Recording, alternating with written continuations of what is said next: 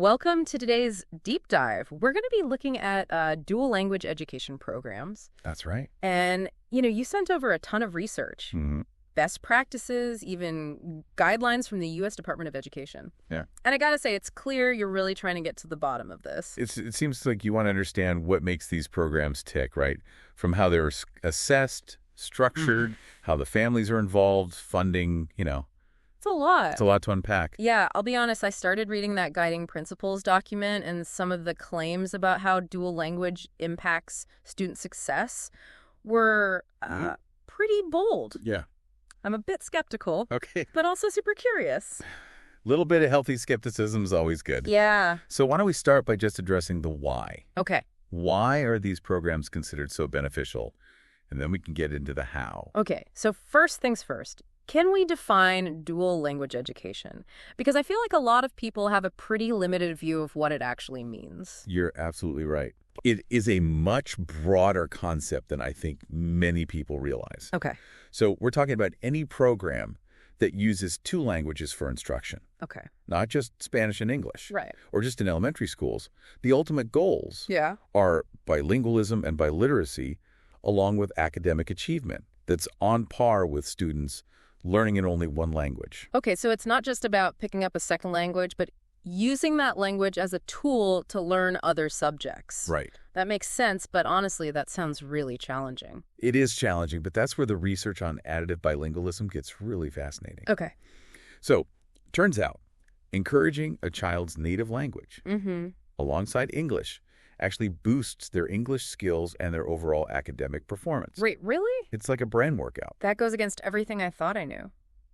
I always assumed the goal was to switch to English as quickly as possible. That's a very common misconception. So if Yeah. you think about it like a brain that has more pathways, more flexibility, that's what bilingualism fosters. And there are studies that show that these kids are better at multitasking, focusing, even delaying gratification, Interesting. which are really critical for learning anything in any language. Wow. Okay, you're blowing my mind a little here. Yeah. This is totally flipping the script for me. All right.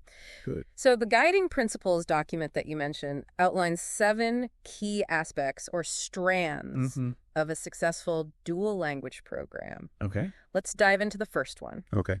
Assessment and accountability. So assessment in dual language education goes beyond just standardized tests, right? It's about tracking progress towards bilingualism and biliteracy, of course, but also things like intercultural understanding. It's about painting a full picture of the student's development. Right, and the guidelines stress the importance of accountability, but it's not just about holding individual students accountable, is it? Exactly. It's about using data to constantly improve and refine the program itself. Think of it like a feedback loop. Are the chosen teaching methods effectively developing biliteracy? Is the curriculum culturally responsive and engaging? We use assessment data to answer these questions and make adjustments as needed. So it's about holding the program itself accountable, too. Right. That makes a lot of sense. Speaking of curriculum, Yes. what does that look like in a dual language setting? So a strong dual language curriculum needs to be engaging, challenging, and reflect both cultures equally. Got it. So think about thematic units that naturally weave language learning into other subject areas. So, for example, imagine you're teaching a unit on the rainforest. Students might learn about the Amazon in Spanish and then compare and contrast it with rainforests in Southeast Asia in English. So instead of separate English and Spanish classes, it's more integrated. Students are learning about the rainforest and developing their language skills simultaneously. Precisely. So this integrated approach helps students develop their linguistic abilities while simultaneously absorbing knowledge in various subject areas. Yeah. It's a much more holistic approach to learning. The guiding principles document mention sheltered instruction. Is that what you're describing? That's a key component. So imagine you're teaching fractions. Okay. You might use manipulatives, real-life scenarios like dividing a pizza, and encourage kids to explain their thinking in both languages, Yeah. reinforcing the concept and vocabulary simultaneously. That's such a cool way to think about it. It's not just about watering down the content. Right. It's about making it accessible. Right. While still pushing those language skills. Exactly. Okay, so curriculum and teaching methods are obviously crucial. But what about the teachers themselves? Of course, highly skilled teachers are essential for any program to succeed. Right. But in dual language programs, teachers need specific expertise in bilingual education. Okay. And the research suggests that native-like fluency in both languages is ideal. That makes sense. And the guidelines also mention the importance of ongoing professional development for teachers, too. Absolutely. Staying up to date on the latest research and best practices in dual language instruction is crucial. Yeah. It's a constantly evolving field. Okay, so we've got amazing teachers, a cool curriculum, and a robust approach to assessment. Mm-hmm. But what about the structure of the program itself? How much time is spent in each language? How are students grouped? Are there different models out there? There are indeed different program structure models, and the choice of model can significantly impact outcomes. Okay. So some programs follow a 50-50 model where instruction is split evenly between the two languages. Mm-hmm. Others, like the 90-10 model, start with a heavier emphasis on the partner language, like 90% Spanish instruction in the early grades, Right. and gradually transition to a more balanced approach. I was reading about that 90-10 model, and it seemed pretty intense. So does starting with that much instruction in the partner language actually benefit students? So it might seem counterintuitive, but research suggests the 90-10 model leads to stronger bilingualism without hindering English development. Mm. It provides that initial immersion needed for rapid language acquisition. Okay. And because the brain is already primed for learning, adding English later doesn't cause delays. In fact, these students often end up outperforming their peers in the long run. Wow, that's fascinating. It seems like there are a lot of misconceptions about dual language education. There are. We've covered a lot of ground already, but one thing that really struck me in the guidelines was the emphasis on family and community involvement. Mm-hmm. It's not just about what happens within the classroom, right? You're absolutely right. Effective dual language programs go beyond the classroom walls. Okay. They actively offer parent education and resources in multiple languages and create welcoming environments for all families involved. Right. Some even host family nights where everyone learns songs and games in both languages. That's amazing. Yeah. I wish my school had been that cool. It sounds like it creates a real sense of community and shared purpose. Exactly. It's about building a network of support that includes families, teachers, administrators, and the wider community. Yeah. Everyone plays a role. Speaking of support, we can't forget about the all-important topic of resources. Right. These programs sound amazing, but they must require significant funding to be successful. You've hit the nail on the head. Even the most brilliant program design can fail without proper funding and sustained commitment from both the school district and the community. Right. Advocacy is key here. So it's really an investment, not a quick fix. It is. It sounds like it takes a lot of dedication and collaboration to make these programs work. It does. But when you see the results, the confident bilingual students, the engaged families, the vibrant multicultural learning environments, it's clear that the effort is worth it. Yeah, I'm already starting to see dual language education in a whole new light. Yeah. It's not just about language acquisition. It's about harnessing the power of bilingualism. Mm-hmm. For broader academic and cultural success, it's about creating more well-rounded individuals who are equipped to thrive in an increasingly interconnected world. Beautifully said. And that brings us to a critical piece of the puzzle, the research. Yes. What does the data actually say about the impact of dual language education on student outcomes? Let's examine the evidence. This is where it gets exciting. That's what I'm really curious about. Let's dive into the research and see what we find. Let's talk about research. One thing that really stood out to me in the materials you provided was the discussion of socioeconomic diversity within dual language programs. It's not a one-size-fits-all demographic. That's right. The research that you sent pointed out some interesting trends. For example, there seems to be more socioeconomic diversity among English learners from Asian and European backgrounds compared to those from Hispanic backgrounds. Why is that? Well, English learners from Asia and Europe are more likely to come from middle-class families where parents have higher levels of education. In contrast, many Spanish-speaking children in these programs, especially in the Southwest, come from immigrant families where parents may have less formal education. That makes sense. So how do successful programs address these differences in student backgrounds? It seems like a significant challenge. So effective programs take these variations into account when developing their program structure, curriculum, and teaching methods. Okay. They recognize that one approach won't work for every student. So it's about adaptability and responsiveness to the specific needs of each student within the program. Precisely. It's about creating a learning environment that empowers all students to succeed, regardless of their background. And that brings up another point, ensuring equity in terms of language and culture. The guidelines emphasize the importance of valuing both languages and cultures equally. Absolutely. Yeah. Creating a truly equitable learning environment means avoiding any hint that one language or culture is superior to the other. Right, because after all, the goal is additive bilingualism, where both languages are seen as assets. Exactly. It's about fostering an appreciation for linguistic and cultural diversity, empowering students to embrace their own heritage while also learning a new language and culture. You know, I was talking to a friend whose child is in a dual language program, and she mentioned they have family nights where everyone learns songs and games in both languages. I love that. That's so cool. Those kinds of events are a fantastic way to build community and create a sense of belonging for all families. Yeah. It sends a powerful message that everyone's language and culture are valued.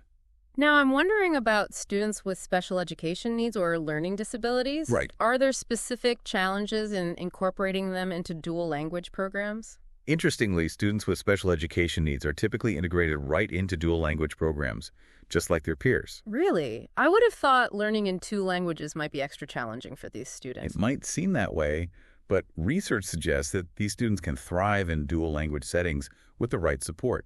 The exception is when a student has a significant speech delay in their native language. Right. In those cases, decisions about placement are made on an individual basis.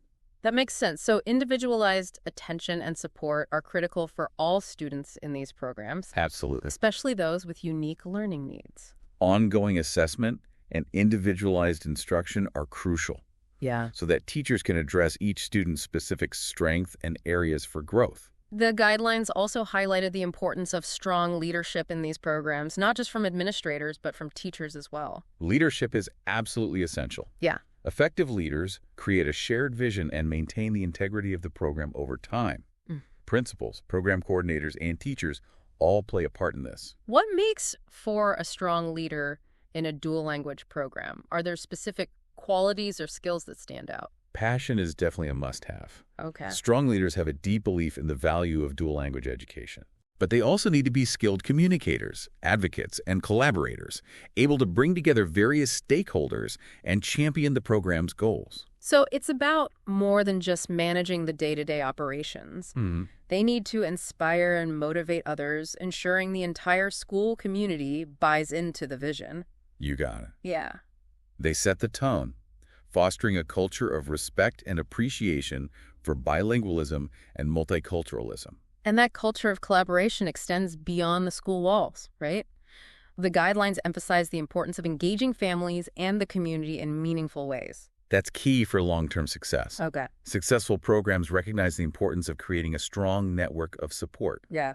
That includes families and the wider community. It's about fostering a sense of shared ownership and commitment to the program's success. Exactly, and that involvement can take many forms, from parent education workshops and volunteer opportunities to community events that celebrate the cultures represented in the program. It's about building those connections and creating a sense of belonging for everyone involved. Absolutely. And now let's tackle that elephant in the room you mentioned earlier. Right. Funding. Right. We can't talk about program sustainability without it.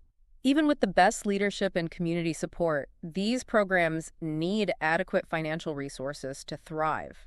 You're absolutely right. The materials you shared highlighted the fact that securing and managing those resources is a key challenge for dual language programs. What does that advocacy look like in practice? Who are these programs advocating to? So advocacy efforts can be directed toward school boards, district administrators, state legislatures, even philanthropic organizations. Okay. It's about making a compelling case for the value of dual language education, highlighting its benefits not just for students, Right. but for the entire community. So it's about painting a bigger picture, showing how these programs contribute to a more diverse, equitable, and globally competitive society. Exactly. It's about making the case that investing in dual language education is an investment in the future. Okay, so we've discussed some of the key principles and challenges involved in creating successful dual language programs. But I'm really eager to dig into the research and see what the data tells us about their impact. Does dual language education live up to the hype? Let's examine the evidence. This is where it gets exciting. All right, let's get to the heart of it. Does the research actually back up all the amazing things we've been discussing about dual language education? The research is truly compelling. Okay. Studies consistently show that students in well-implemented dual-language programs perform as well as or even better than their monolingually educated peers.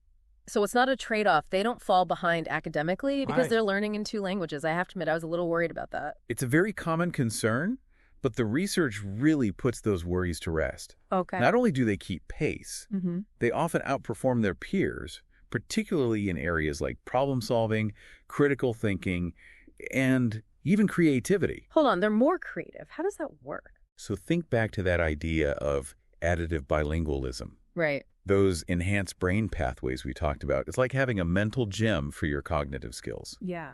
Bilingual kids are constantly switching between languages, analyzing nuances, and finding different ways to express themselves.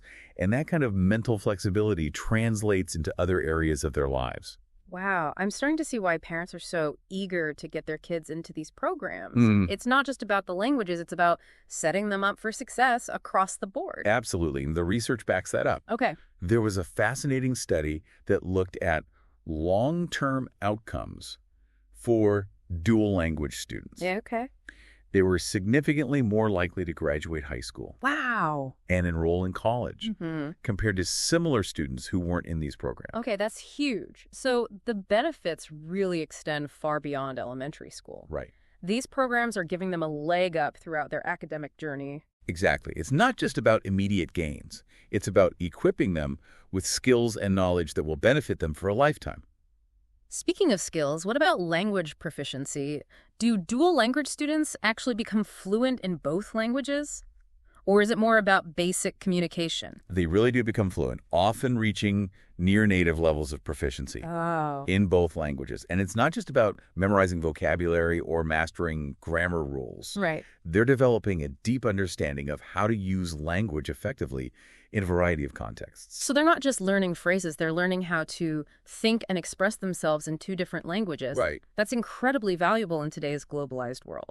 It is. These kids are developing a level of linguistic and cultural competence that will open doors for them throughout their lives. And it's about more than just speaking the languages. It's about understanding different perspectives and navigating diverse cultural landscapes with ease. We talked earlier about the different program models, like the 50-50 versus the 90-10. Does the research suggest one model is more effective in terms of language acquisition?